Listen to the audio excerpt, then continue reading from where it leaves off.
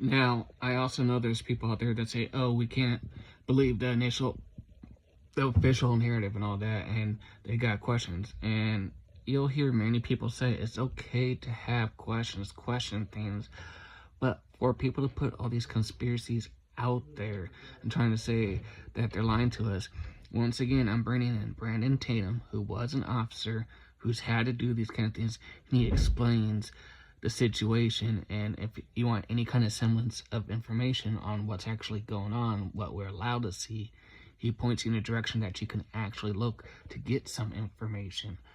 But we're not going to be able to have access to everything, so just kind of think about that kind of stuff, and here you go. I do have a lot of grace because a lot of people out there are not investigators. They don't have a law enforcement background, and they love Charlie, and they want to get truth, they want to get justice. So I do have a lot of grace. I understand why there's distrust, but please, the floor is yours. Well, thank you so much for saying that. This stuff is very simple. All you have to do is have some type of experience like I do. I was trained on investigating. I investigated crimes myself. I testified in court. And you have that, plus you have wisdom, and you're reasonable, and you believe in God. So then you have godly wisdom in how you should articulate or put out information or disseminate information to the people that God is giving you that follows you. And like you said, Andrew, I understand that people are hurting and people are looking for answers and people don't know what they're talking about a lot of the times, and they're doing it in good faith, but they're just lost. It's like almost every police shooting that I cover.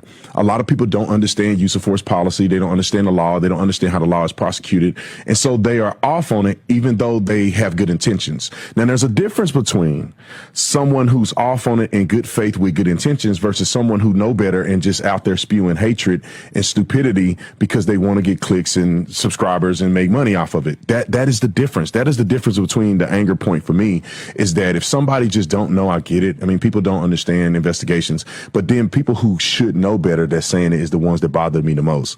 This stuff is very simple. You're like, if you really want to know what's going on in the case as a civilian person, right? We don't have access to records that they submitted to court. We don't have text messages. We haven't, none of these people that are out here talking has interviewed anybody.